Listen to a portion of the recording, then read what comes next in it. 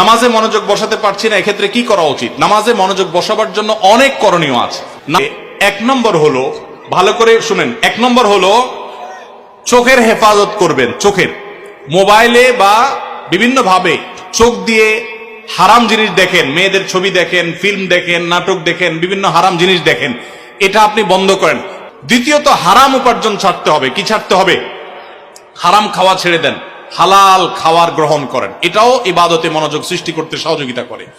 তৃতীয়ত, নামাজের জন্য বিশেষ করে বলতে চাই, এই যে পয়েন্টটা এখন বলতেছি নামাজের মধ্যে, এইটা যদি করেন আর আপনি মনোযোগ না আসে, আপনি আমাকে ব্যক্তিগতভাবে জানায়েন যে আপনি ভুল বলে আসছেন।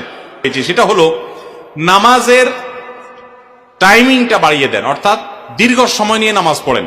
4 নম্বর হলো নামাজের দোয়াগুলো, সূরাগুলো, কেরাতগুলো, এগুলোর অর্থটা বোঝার চেষ্টা করবেন। তাহলে নামাজের ভিতরে ওই অর্থের কথা আপনার মাথায় আনতে পারবেন, আপনার মনোযোগ ধরে রাখতে পারবেন।